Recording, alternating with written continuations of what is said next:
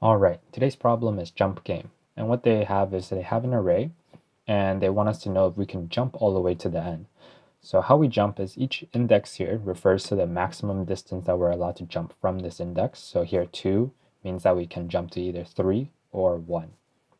So the way that we get stuck is if we find ourselves landing on a 0 spot, because 0 means that we can't jump anywhere from there.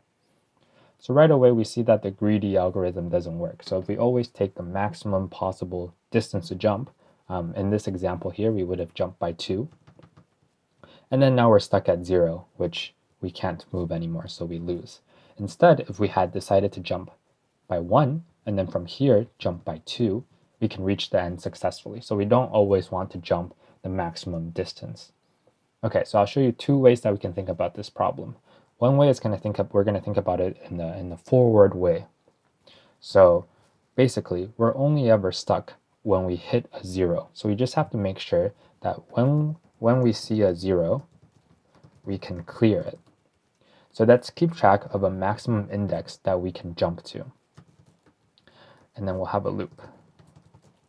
And then here, we'll break out of the loop if we are able to jump past the last index. Right? So we'll stay in the loop. In other words, we'll stay in the loop while max index is less than nums.length minus 1. Because if max index is equal to the last index, then we've reached the end and we can break out. Okay, and then from here, we'll return true. So what we're watching out here is if we meet a 0 and our max index is such that we can't jump over it. So if we meet a 0 here and our max index is less than or equal to I, meaning we can't clear this index I that has a 0, then we return false. We've tried our best and we can't clear it. Okay, otherwise, we need to calculate our new max index. So remember here with max index, you could have something like 4. You could have something like 4 and 1. And this 4 would tell us that our max index right now, it'll be, well, let's see. We have I equals 0, 1, 2, 3. So this 4 tells us that we can reach all the way to the end. So let's make this, I guess we'll make this 3.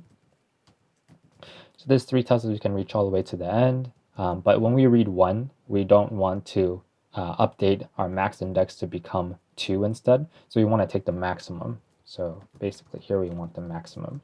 Either the max index that we've already calculated because we saw a big possible jump earlier on, or it will be from our index plus num.zi. So that will give us how far we can jump. So again, if, for example, this was 2, then that means our max, we can jump by 1, 2, and this I equals 2. So it's always going to be I plus num.zi. Okay. Let's see if this works.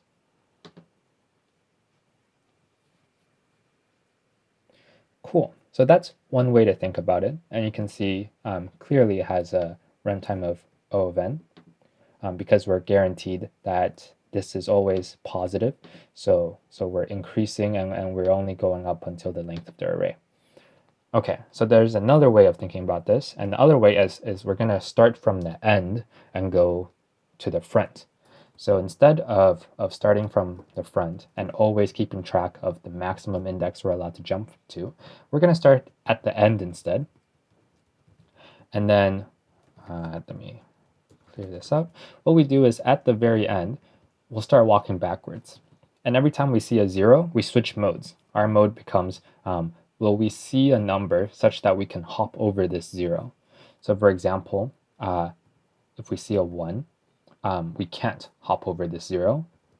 If we see a 2, we still can't hop over this 0. So we have some sort of a tracker of the distance to our 0.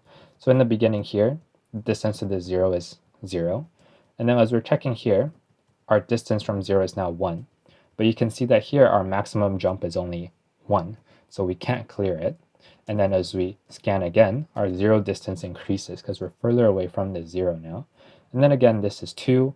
And then when we try again, we're going to be reading past the start of the array. So we know that we haven't found anything that can clear that hurdle. versus if this was a 2, and then we kind of reset ourselves here, the 0 distance is 1, and we would have seen that 2 is able to clear the 0. So we're able to clear the 0 no problem, and then we can continue scanning the rest of the array for other zeros. Okay, so what will this look like? Well, let's see, we have a while loop, and while I is greater than or equal to 0, we need to start our I at somewhere. So we'll start our I at -2. So we're going to set our I not from the last index, because whatever this number is, we've already reached here, so we don't really care about it. We want to start scanning from here, right? Because if this was a 0, it's okay, we can't move from here because you're already at the end. So we start 1 before, and next up, what we'll do is we'll need to check if this nums at I is equal to 0. So do we have to switch modes? So here, let's find if we can clear this hurdle. And then we can clear this hurdle, we can continue searching on, so I minus minus here. Otherwise, so here we'll have return true, because that means we've cleared all the hurdles. And then here, if we can't clear the hurdle, then we want to return false. Okay, so that's switch modes. We're going to have some sort of way to track our 0 distance. It's going to start at 0. And while I is greater than or equal to 0, again, what we'll do is, actually, I think this can be while nums at I is less than or equal to the 0 distance.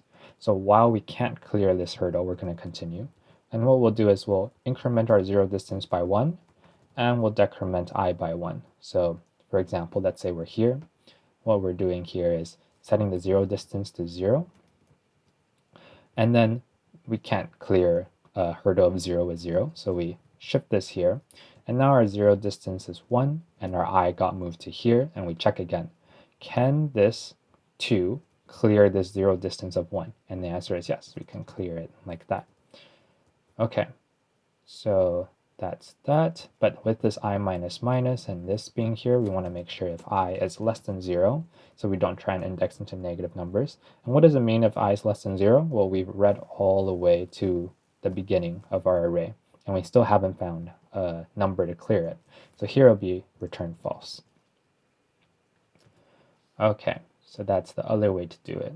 Let's see if I typed everything correctly. Cool. All right, that's the end of today, and I'll see you on the next one.